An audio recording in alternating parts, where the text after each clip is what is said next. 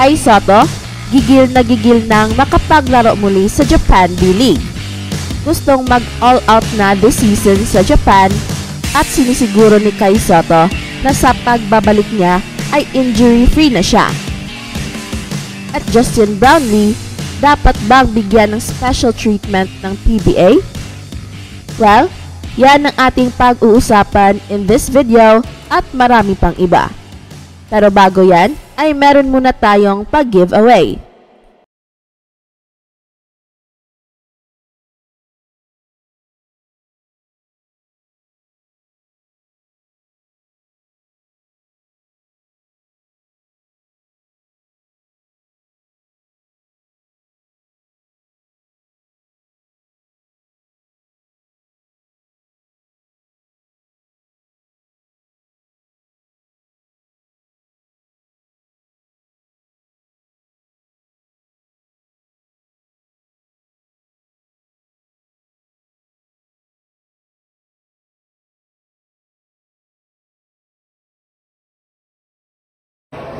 The fans were really helpful for us. Each night, sila yung nagpapaboost ng moral namin at energy namin. Gigil na si Kai Sotto na sasabak muli sa Japan B-League action. At posibleng next week ay maglalaro na siya. Pero sinisiguro muna ni Kai Sotto at ng Hiroshima Dragonflies na fully healed na ang kanyang likod bago siya isabak muli sa matinding physicality sa Japan B-League. Plano kasi ni Kai Sotto na mag-all-out this season sa Japan at mag-focus sa present, unlike before na nag-overthink si Kai Sotto sa future. Pero nag-iba na ngayon ang kanyang mentality. Sa isa sa kanyang interview ay sinabi niya na sa present na siya mag-focus at sa ganitong paraan ay wala ng mga reservations ang kanyang paglalaro. Ang importante sa ngayon ay all out ang bawat laro niya at dapat bigay todo lahat and leave everything on the floor. Kung magka-injury man ay so be it. Ang importante ay makikita ng NBA na nag-level up ang laro ni Kai Sotto. Bawal ang papetex-petex at bawal ang takbong mayaman. Maganda na ang plano ngayon ni Kai Sotto and it starts sa kanyang winning mentality. Kai Sotto should realize na hindi siya kinuha ng Hiroshima Dragonflies upang i-develop ng husto para sa kanyang NBA dream. Bagkus, he is hired upang madadala niya ang team sa championships. At crucial sa pagbabalik ni Kai Sotto na fully healed na ang kanyang injury dahil nakikita naman natin in the last FIBA World Cup na very clear na hindi pa siya 100% and it showed sa kanyang laro. Kaya it is a must na well-rested na si Kai Sotto at fully healed na ang kanyang likod upang magagawa na niya lahat na gusto niyang gawin. Kai Sotto should also develop his leadership quality. Napaka-passive kasi ng kanyang personality. He should act like a real kaiju inside and outside of the playing court. Marami kasi ang nakakapuna na he is too friendly kahit during the games. Kai Sotto should develop a fierce and competitive personality. Yung tipong hindi magpapatinag, especially against smaller players. Pwede namang magiging bad boy minsan.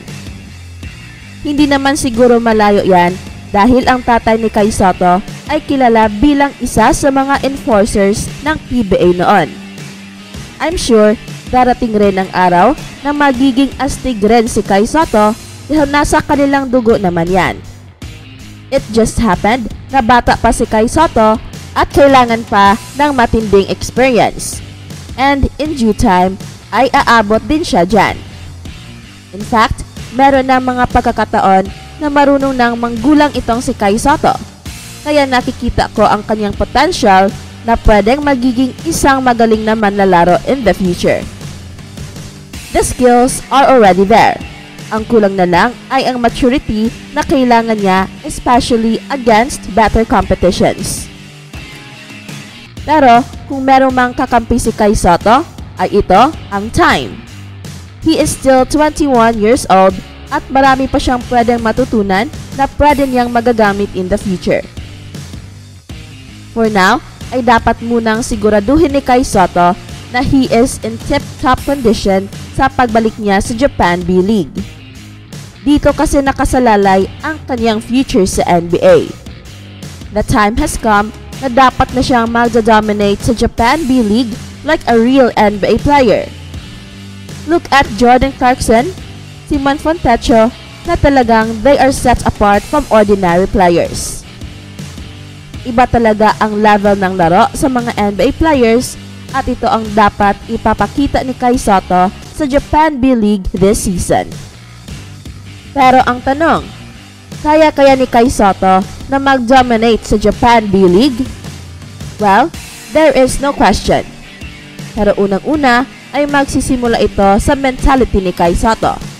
Dapat ay kalimutan muna niya ang NBA at mag-focus muna 100% sa pag-dominate sa Japan. And I believe in his skills. Napakagaling naman talaga ni Kai Sotto and he has all the tools to dominate the smaller players ng Japan. Malaki kasi ang kanyang advantage in terms of matchups dahil walang makakabantay sa kanya na local players one-on-one, kaya napipilitan ang opposing teams na imports ang ima-match up sa kanya. Dapat ay ito ang paghahandaan ni Coach Kyle Milling kung paano nila ma-maximize ang advantage of having a Kai Sotto. Para kasing merong extra American import ang Hiroshima Dragonflies. Kaya kailangan rin ni Kai Sotto ang support ng coach ng Hiroshima Dragonflies. Samantala, malaking katanungan ngayon ang status ni Justin Brownlee, especially sa Barangay Ginebra ngayong malapit nang mag-open ang PBA season. Is it just right to give Justin Brownlee special treatment sa PBA? Well, sa palagay ko, kung mag-a-appeal ang Pilipinas sa kaso ni Justin Brownlee, ay siguro naman alam ng Pilipinas na walang kasalanan si Justin Brownlee. Kaya kung alam ng Pilipinas na walang kasalanan si Justin Brownlee, ay siguro merong possibility na makakalaro pa rin siya sa PBA. Pero ang problema, kung ang ipapataw na ban on Justin Brownlee includes the local leagues pati ang PBA. Kaya kahit na gustong bigyan ng PBA si Justin Brownlee ng special treatment, ay walang magagawa ang PBA dahil they are bound to follow the verdict by the International Doping Agency. Pero sana nga lang ay magiging negative ang B-sample ni Justin Brownlee upang ma-stop na ang issue na ito that prevented the Philippines to continue our celebration. This gold medal is 61 years in the making, kaya dapat lang i-celebrate hindi lang sa isang araw, not 1 week, not 1 month, not even a year, but forever. That's it for now, guys. Pero bago kami magtatapos, ay huwag kalimutan na huwag magpahuli sa mga pinakabago mga kwento at balita ng kasiyahan at tagumpay. Bahala na ang mga marites dyan. Basta kami ay handang maghatid ng tunay na inspirasyon sa mundo ng sports.